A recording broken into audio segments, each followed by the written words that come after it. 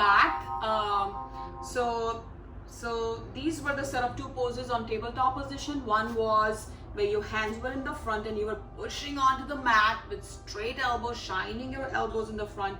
The other one was reversal of your hands, shining the elbow in the front, putting the pressure on your hands. So now the next final two poses are start to come back on your folded knees and sitting on your heels. So place your butt on your heels and be in a comfortable seated position. So I'm going to show you the side view of how this is going to look like.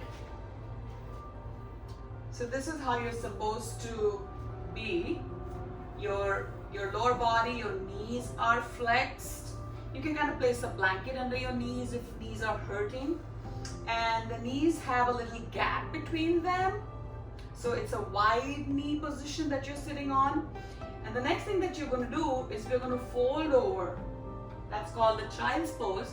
But a little variation, we're going to fold over and you're going to stretch our arms all the way in front of us.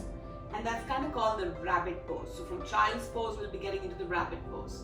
So this is how it's going to look like. Stretch, stretch, stretch, stretch, stretch, stretch, stretch. We are stretching our elbows.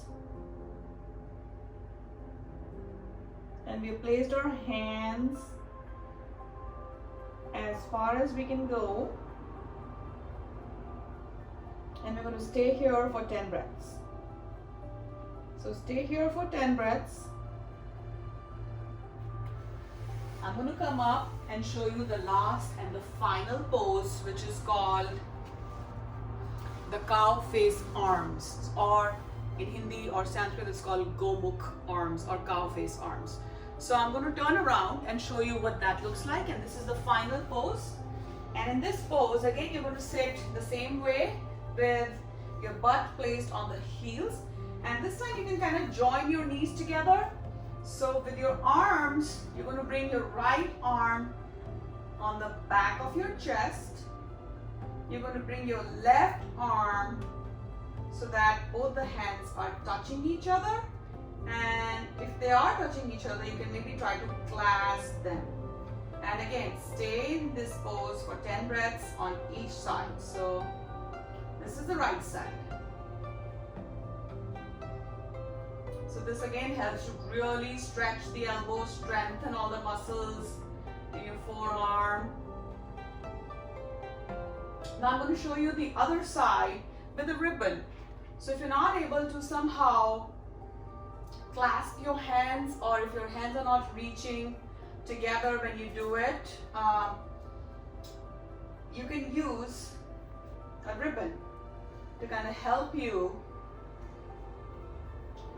So we can use a ribbon and hold the ribbon at the back of the chest and try to place our hands with the help of the elbow so we can do this pose in a little better way. And if you continue to practice this pose long enough, you'll see that your forearm and your arm and your shoulder starts to become a little more flexible. So there'll be a day, if you do it every day, you'll reach a point where you'll be able to touch your hands together.